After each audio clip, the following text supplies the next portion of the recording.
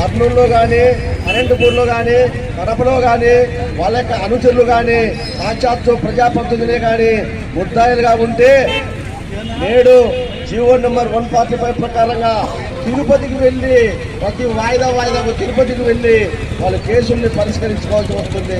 జాగ్రత్త, మీరు చంద్రబాబు నాయుడికి తెలియజేస్తే ఏమనుకుంటాడనేమోని, లేదంటే భయపడితే మీరు భవిష్యత్తులో ప్రజలకు సమాధానం చెప్పాల్సి ఉంటుంది.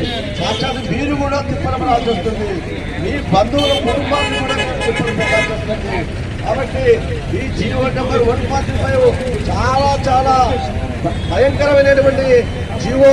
చట్టం కూడా కాదు, అసెంబ్లీలో చర్చించకుండా, న్యాయవాద సంఘాలతో చర్చించకుండా, బార్ కౌన్సిల్ ఆఫ్ ఏపీ వారితో చర్చించకుండా దుర్మార్గంగా రాత్రే చీకటి ఈ జీవోను